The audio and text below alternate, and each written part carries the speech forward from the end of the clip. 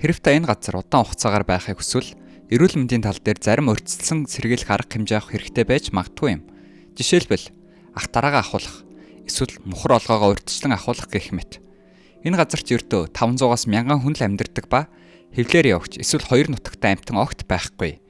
Газар дээрх бүх хөхтэй амьтад зөвхөн хүний гараар л авчирсан байдаг. Энд бараг 2 сая жилийн турш бороо ороогүй.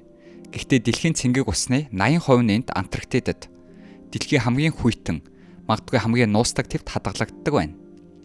Сүүлийн 100 жилд хүн төрөлхтөн түүний гадаргууг нэлээд сайн судалсан боловч бид бүгд хамгийн сонирхолтой зүйлс ихэвчлэн гүн гүнд нь нуугдаж байдгийг мэддэг үлээ.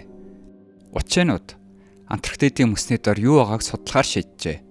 Тэдний харсан зүйл нь судлаачд болон тэрийг харсан хүн бүхэнд гайхширтлыг төрүүлв. Тэгвэл энэ их асар мөсөн бүрхүүл дор яг юу нуугдаж байна вэ? Удаан хугацааны туршид эрдэмтэд мөсний зузаан давхаргын дор онцгой сонирхолтой зүйл байхгүй гэж үздэг байв. Хамгийн ихдээ зарим жижиг тархмал газрын дор урсмал голууд байгаа гэх тооцоол байж. Гэхдээ 1990-ад оны судлаачид хүлээлтээс илүү зүйлийг олж чадсан. Антарктидын мөсний дор бүхэл бүтэн нуур олдсон бөгөөд нэлээд том, ойролцоогоор 15,000 км2 хэмжээтэй Кипр арлаас 1.5 дахин том гэсэн үг юм.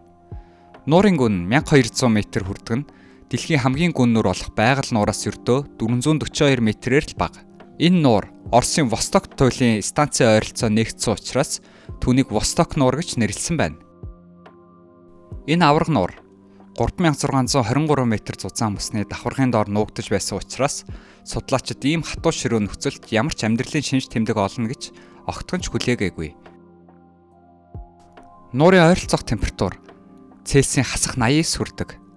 Мөсний даралт нь бүр бархас байт гарагийн сарнуудын мөсөн цартцын даралтаас ч их бөгөөд нарны гэрэл хязээч нуурын гадаргаад хүрч чаддаггүй.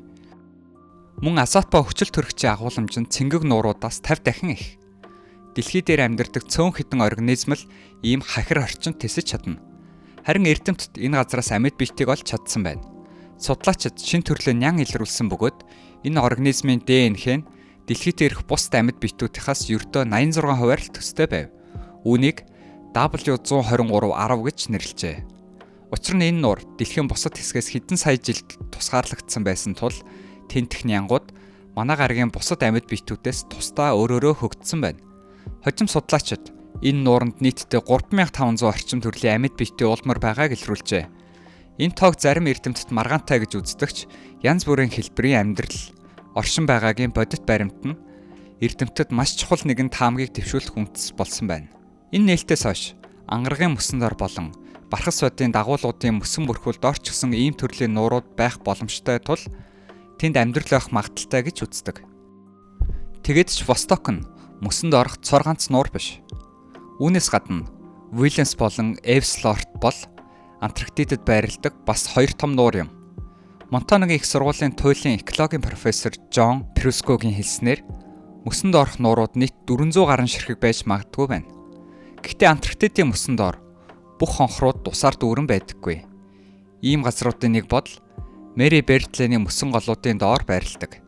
Энэ газар нь дэлхийн далайн түвшнээс доошоо 2540 м-ийн гүнт байрлах шингэн эсвэл усаар дүгрээгүй хамгийн гүн хонхор болох Бентлийн хотгор юм. Ийм төрлийн нээлтүүдийг хоёр чиглэлд газрын гадарганы хэлбэрийг сканерддаг сансрын мэдрэгчийн тусламжтайгаар хийжээ.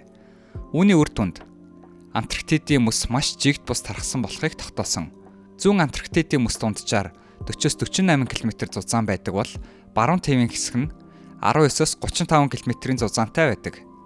Энэ ялгаатай байдал нь зүүн Антарктидын мөсний доор Гондванагийн эртний суперконтинентуудын үлдэгдэл буюу континентийн тогтвортой чулуулаг цөмүүд гэгддэг кратонууд нуугдж байдагтай холбоотой бөгөөд эдгээр нь дэлхийн хэдэн зуун сая жилийн турш үргэлжилсэн тектоник мөргөлдөөнөөс үлдсэн байдаг.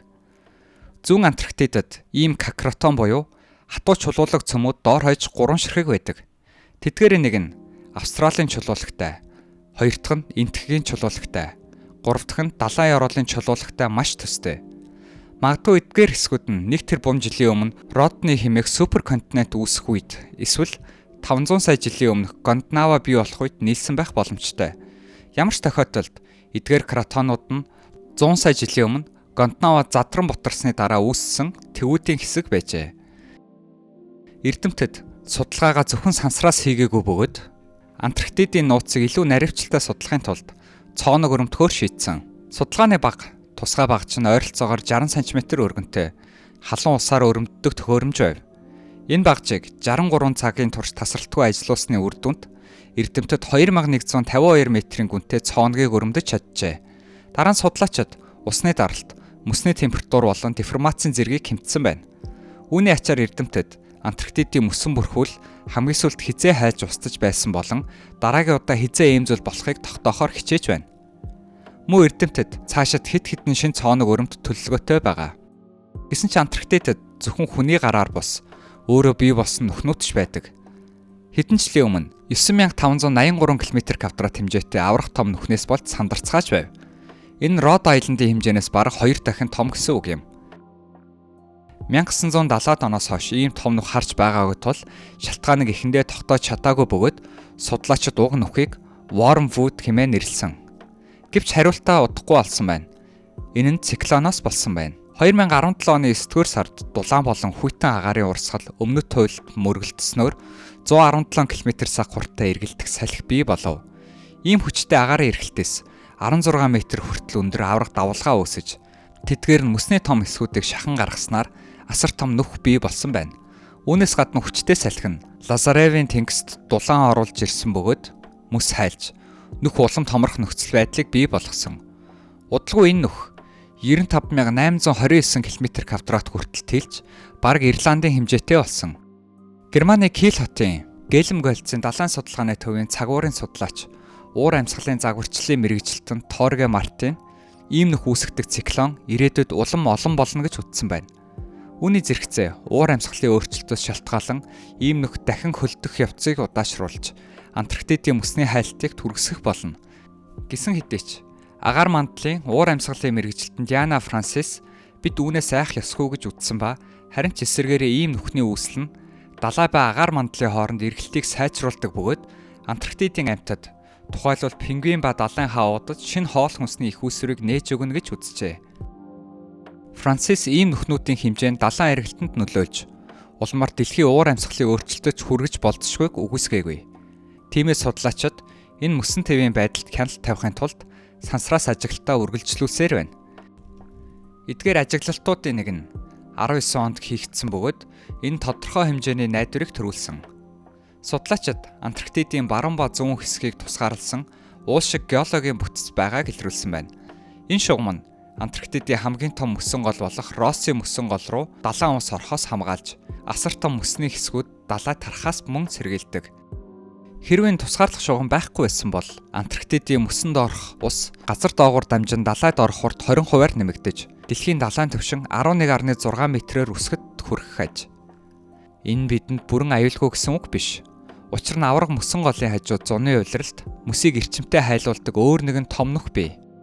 Тиймээс Антарктид бүтэн хайлах нь цаг хугацааны асуудал байж мэднэ. Антарктид биднээс хол мэт санагддаг боловч бидний ирээдүй бүрэн утгаараа энэ твээс хамаардаг.